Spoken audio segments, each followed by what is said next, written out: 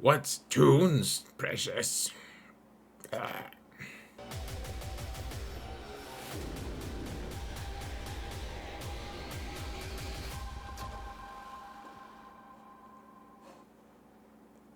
Hello, everyone, and welcome to another episode of Zareth Prevails. We're doing another tier list Thursday today, folks. We're doing the top 5 non-galactic characters in the game because that's super interesting to talk about, right? If you want to talk about something even more interesting, let me know in the comments what you want me to talk about for the next tier list Thursday. And sorry to all the grammar Nazis who are not going to watch this because I spelled Thursday and I'm pronouncing it in a really awful way.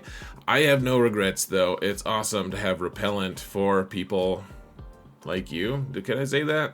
No, for people of said persuasion, it all just sounds horrible and judgy. But that's you should be used to it. If you're grammar Naziing away, then you're judging too. So it's fair game, right? I'm sure you don't see it that way.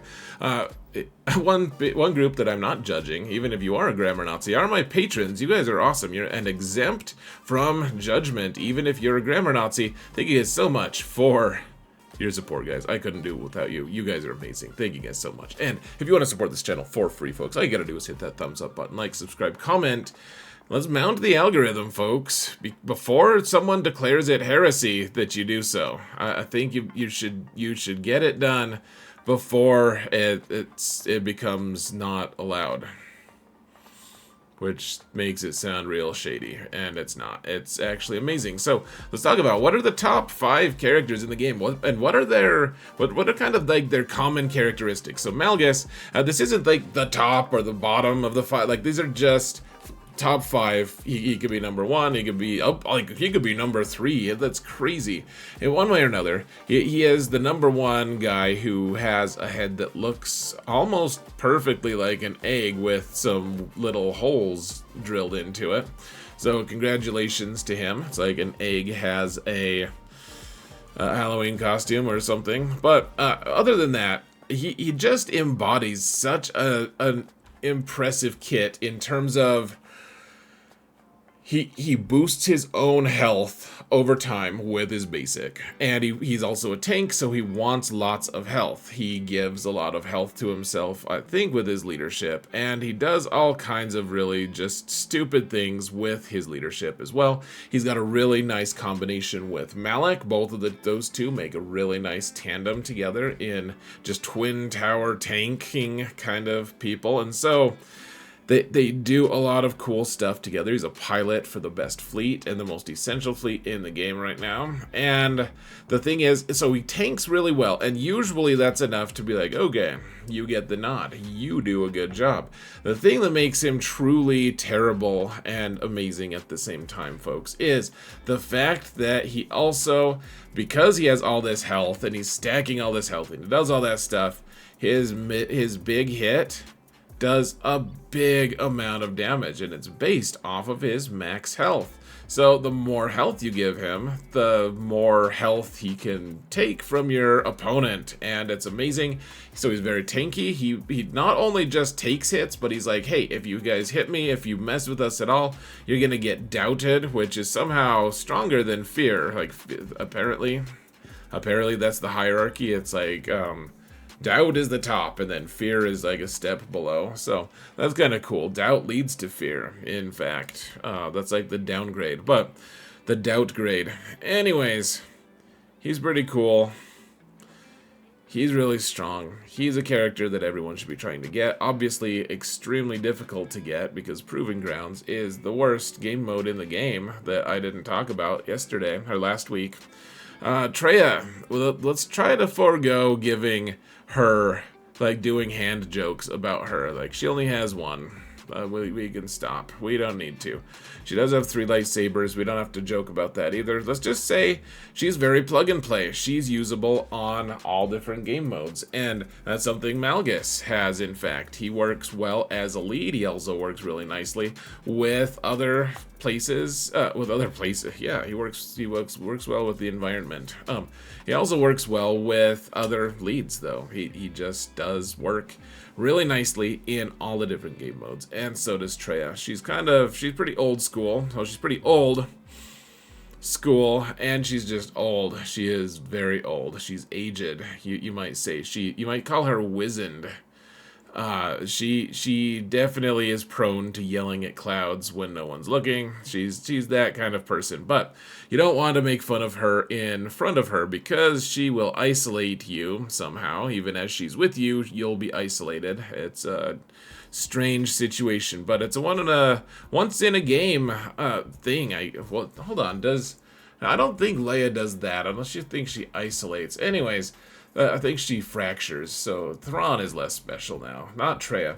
Traya does the isolate thing. It's really nice. She also is able to make a really. She's the leader of a really strong team in GAC, but we want to look a little past just functionality in GAC. A lot of times, that's kind of the criteria people use as the way to describe why a character is amazing. And yes, GAC is a great way to express that because it's the kind of the most obvious way to be able to tell, and it's the one place that all the characters are kind of vying against each other, right? Like they could be used against each other, and so it's a great kind of starting point. And she does very well with Savage, who is only GAC. But if you take her away from GAC, in which she still thrives after all of these years, and honestly, her kit is as old as time as well. She's she's aged very well in her personality has, guys. She's funny, okay? But here's the thing about it.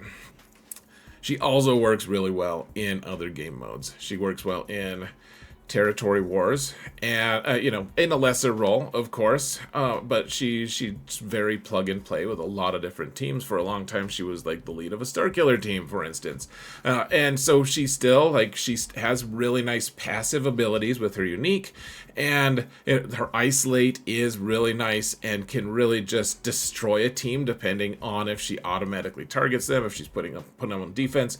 She also goes really nicely in Rise of the Empire territory battles, which is really nice because sometimes you need a different lead than, say, the Eternal Emperors to be able to get past stuff, and we're kind of a little bit moving past that as we continue to expand our rosters and everything, but she still is able to do a whole lot, guys. She gets to places that she needs to be. She is incredibly powerful, even still. One of the top 5 characters in the game. She also fills platoons quite nicely. Imagine that. That's why she's Relic 9 here. And I mean, she likes to be high relics, guys. Let's not lie. Jedi Revan, is he older, or I think he's a little newer than Traya. I think he was the one who replaced Traya in the meta, because he used to be able to just hard target her. And yeah, so anyways, he's still, gosh, if I had to pick a number 1 kit for this video, I think it would probably be him. And it's just amazing. Like, they consistently try to make it so that he can't interact with other teams or characters as much. They're like, oh, well, it's an Old Republic character, you can't get, but like Jedi Luke just can't interact as much. Still take him with Jedi Luke all the time. He does, Rey, they specifically made her not a Jedi when the Galactic Legend came out, because if the developers were like, no, if she was a Jedi, Revan would make her overpowered. And so, I mean, there's that, but then also just the inherent, CG is voting in big ways in confidence of this dude. And so, he's not like Chancellor Valorum, like no votes of no confidence. He also does a lot of stuff that were before his time, and then is also stuff that is unique to him even still. He still marks a character, and just anyone else on his team, even if it's a Sith, and no matter who it is, they can still attack that character. Amazing. And it stops them from having buffs, and it sometimes stuns them. He's immune to stun. He's immune to ability block. He cleanses his whole team with his AoE. He's able to revive people before they die, which is why we still call the mechanic where people are about to die but then suddenly don't. The savior mechanic, because that's the name of the ability that he had, and he's the first one who had it. We just call it, like Jedi Master Kenobi has a savior mechanic. You won't find the word savior there, but Malicos is the same, but we just call it the savior mechanic because Jedi Revan was the trendsetter in that regard. He also has a fairly lackluster unique. I mean, it still does some cool stuff. He gives out stats, but he's one of the first people who gives a leadership-like ability to the rest of his team, even if he's not the lead. And he gets even more buffs if he's with Basti. He's aged incredibly well, and he is still just so ridiculous and somewhat overpowered, guys. He does things that no one else in the game can do, and still does it very well, in fact. Kat is an interesting character. She's one of the fastest characters in the game. Well, she used to be. She's kind of getting outpaced by some people, but she's still pretty quick. People don't pay no attention to my mods. That I don't make her fast for some reason. I'm very stupid, but she passes turn meter. Now, this is one of the awesome things about Jedi Revan. He goes really well with all the other Jedi. He goes really well with Rey. He goes really well with basically anyone who's light side. And he also passes that turn meter, which bypasses all of the bonus turn meter penalties that a lot of teams are kind of stacking up right now. Kat also does the same thing. She passes turn meter with her Xian, and then she is also able to ramp her damage. She's able to one-shot one thing sometimes in the right conditions, and a lot of times we just call Jedi Master Kenobi Kat's lifting unit. In a lot of ways, when you unlock Jedi Master Kenobi, it's a buzzkill because she goes so well with him that her freedom to just destroy other people using other teams is suddenly quite limited. She does a lot of cool stuff. I mean, her Force Leap, obviously, her ramping damage is really nice, but then the thing that makes her really nice, more than anything else, she hands out things. She hands out buffs to scoundrels, to Ufus, to Jedi, I believe, like all kinds of really good Galactic Republic characters, Ufus, scoundrels. Yeah, maybe not Jedi, maybe unless they're Galactic Republic. Anyways, she does a lot of cool stuff, folks. She hands out, like 50% is a pretty big buff, and she does it with 4 different stats. So, really nice there. And she's just... She kills Galactic Legends with Padme. She kills Galactic Legends when she's with Dash. She just, if she's with Rey, she's giving Rey another 50% offense, which is ridiculous on a Galactic Legend. She does a lot of cool stuff, and she can go on a ton of different teams. And it's really fun, guys. It really is a ton of fun. As long as she's with light side characters, she's good to go. She looks askance at Hondo, however. That guy is fishy as hell.